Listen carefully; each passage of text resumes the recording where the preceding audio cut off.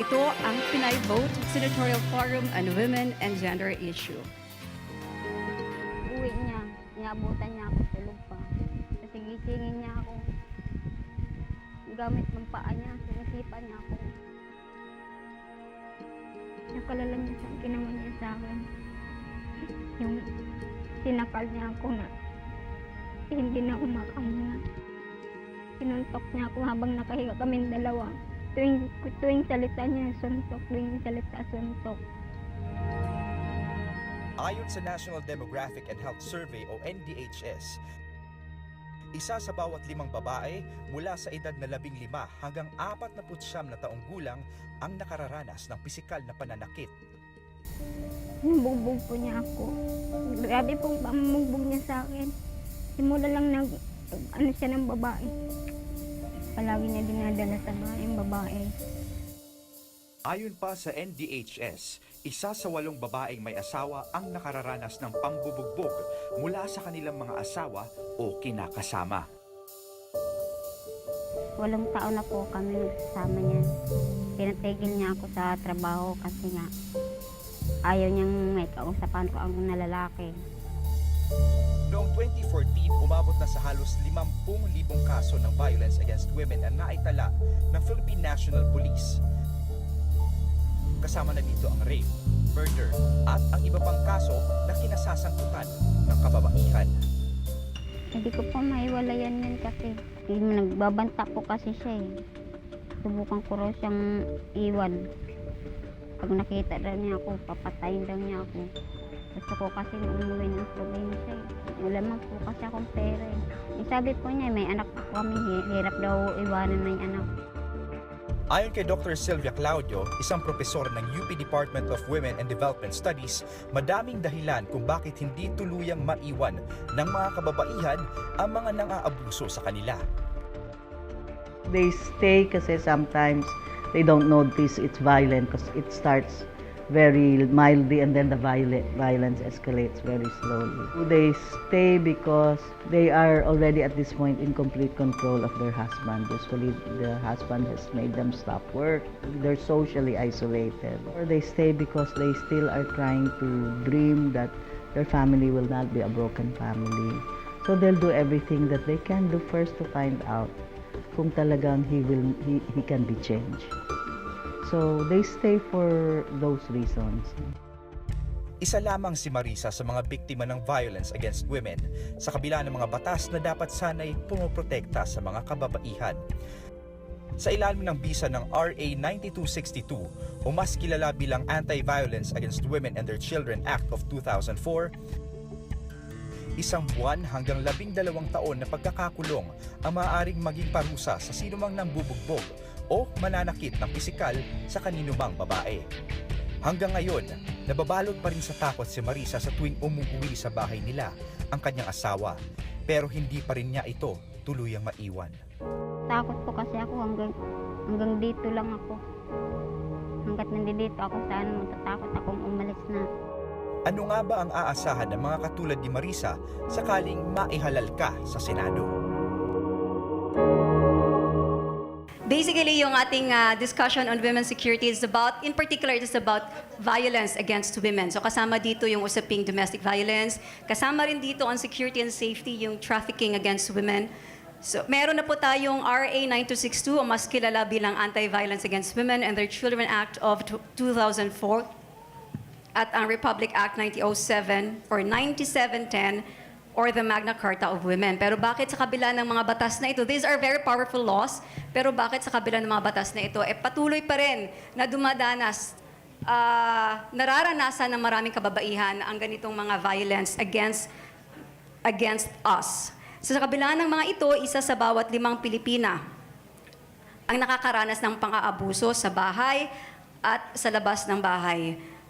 So ano po ba ang magagawa ninyo para masolusyonan o maiba ang ganitong trend? Again po, nabanggit po ninyo marami ng batas, oversight talaga. Pero ang totoo po niyan, yung edukasyon po talaga eh. Sa totoo po, tingnan po ninyo. Sabi nga ni Attorney Larry, karamihan dito, lalaki. Alam po ninyo, karamihan naman ng lalaki, dinerespeto ang babae. Ang problema, yung small minority na yan, yan pa po ng mga lalaki na yun pa yung maingay. Kailangan po talaga ma-educate rin po sila. Kailangan alam po nila na hindi dapat nilang ginagawa yung mga ginagawa nila. Kailangan po yung ating mga kababaihan in terms of job opportunities mabigyan. Pero kung walang college degree po, hindi ho talaga makakaprotekta ng sarili nila. Ang root of everything po is is poverty, and poverty po talaga pag may kahirapan, talaga ang hirap po ma-monitor nitong mga nangyayari na ito. So we really have to push for education, we have to oversight po. Siguraduhin na ma-implement ng executive department yung hindi nila na-i-implement ng mga batas para maprotektahan po yung ating mga kababaihan. Yun lang po. Salamat po. Okay, salamat. Congressman Romulo. Yeah, yung sa akin, again, I've seen this several times. In fact, parang over and over again. Yung sinasabi ko na we have the walking wounded among us. Ito yung mga na-abuse abroad, naging victims of human trafficking abroad, the women who were raped and molested abroad, and yet when they return, wala man lang sila mapagsabihan. They can't even share their stories with the members of their families. And in fact, in one particular case that really stuck to me, there was this one domestic worker from the Middle East that really pleaded if she could stay in my office and stay for, she stayed actually for more than a month because she was raped while she was working as a domestic worker in Kuwait. And she didn't want to come home to the husband because sabi niya, when my husband finds out, yun pa ang papatay sa akin. So, iniisip ko lang na for the rest of her life, she has to keep this secret to herself. So a lot of invisible wounds that result from physical and even emotional violence against women.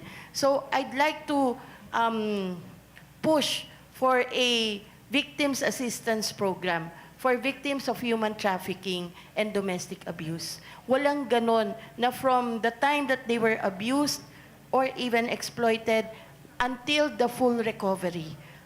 Yun yung gusto kong gawin. And there are several models overseas that we can emulate and we can follow. Right now, a victim of human trafficking from abroad, hindi alam saan pupunta. Pag sa DSWD, isa-shelter, pero wala nang iba. Pag uuwi sila, ang unang tatanungin, ano ba nangyari sa'yo pag chichismisan pa? So they're really vulnerable leaving the country, and they're also extremely vulnerable coming back. Thanks. Attorney Kapunan. I am in the practice of law. I have been in the practice of law for 38 years. This is my 38th year of practice. And yes, I'm a senior citizen at 64. And I've seen so much of the battered woman syndrome in my practice. The battered woman syndrome is a woman who comes to the office and says, Attorney, tutulungan niyo nga ako, pero sinong magpapakain ng 6 na anak ko? Who will feed my children if I file a case against my husband? So, the issue of domestic violence has very much to do with economic violence, meaning our women do not get enough support. There is a solution to that. The solution to that is to have more convictions for violations of RA 9262. How do we do that? Number 1, we must add courts. Dapat magdagdag tayo ng mga courts. Every time I go to court, my case is number 69. And so there is not enough time because the court calendars are so long. We must create more specialized court for family cases, especially dealing with Republic Act 9262. Number 2, the first line of defense really for violence is our barangay system. We must educate our women that they don't need lawyers, they don't need to go to court. The barangay must issue, and therefore we need to give more budget to our barangays so that they are educated on issuance of barangay protection order, which is the first line of defense. And thirdly, our police force themselves are victims of violence.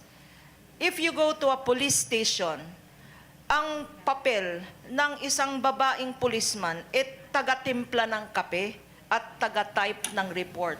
She herself is a victim of violence because she does not know her role as a woman. So, specialized courts, education, and more budget for the barangays. Ito ang Pinay Vote, Senatorial Forum on Women and Gender Issues.